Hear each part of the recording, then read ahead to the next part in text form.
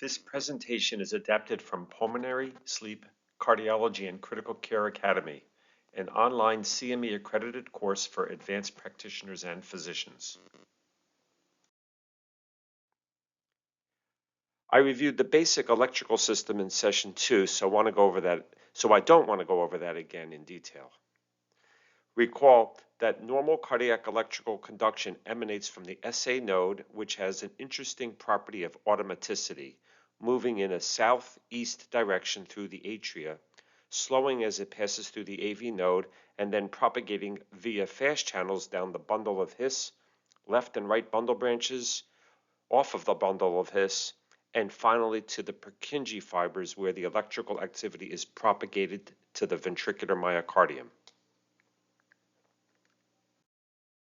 There are three classes of cells comprising the electrical conducting system of the heart. First are pacemaker cells, which have intrinsic automaticity with a hierarchy of rates starting with an intrinsic rate usually between 60 and 100 at the SA node, and then lower intrinsic rates as we move down to secondary pacemaker locations.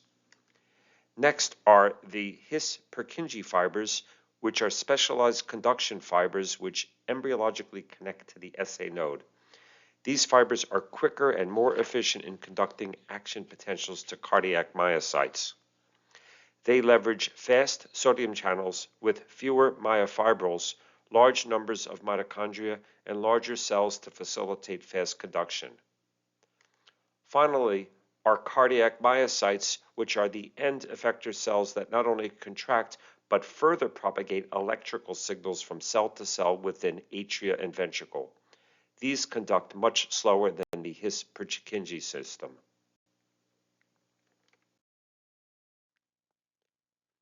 Impulses form at the pacemaker cells, whether at the usual pacer locus of the SA node or a lower escape pacemaker, such as the AV node, then propagate to the His-Purkinje system and ultimately to the cardiac myocytes.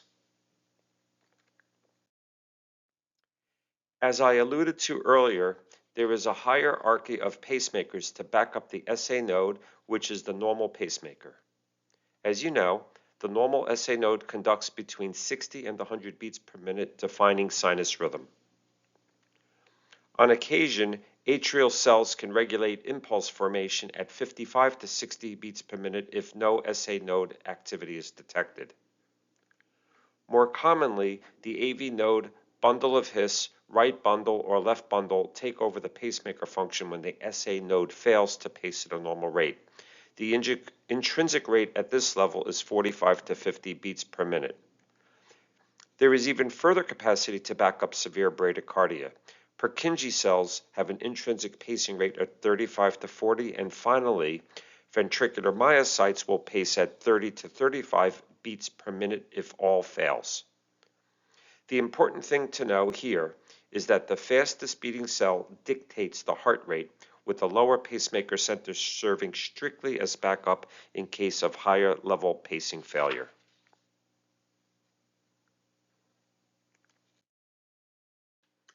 I reviewed the cardiac action potential in the last talk, so I'll just remind you that at the ventricular level, depolarization involves sodium flux into cells, flipping membrane resting potential from -90 to +30, with repolarization reversing this change at the end of the cardiac cycle.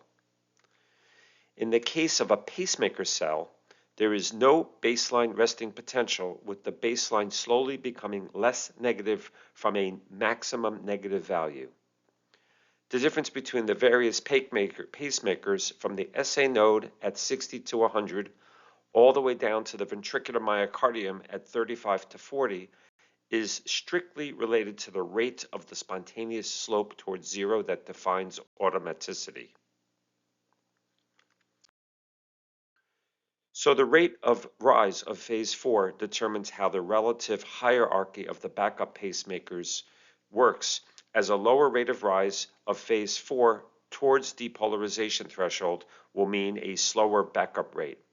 The relatively steep rise in the SA node is shown here in red, with a lower rise in the AV node, Purkinje system, and ventricular myocytes seen more clearly here.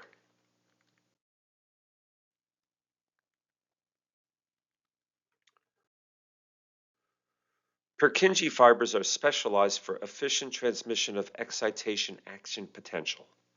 They are larger than ordinary muscle fibers and given their very large energy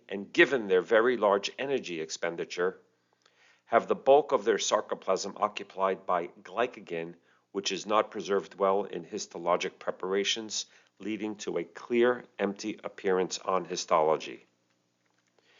In this preparation, the Purkinje fibers stain pink with the central pallor area representing glycogen stores, as I mentioned, while the cardiac myocytes stain red.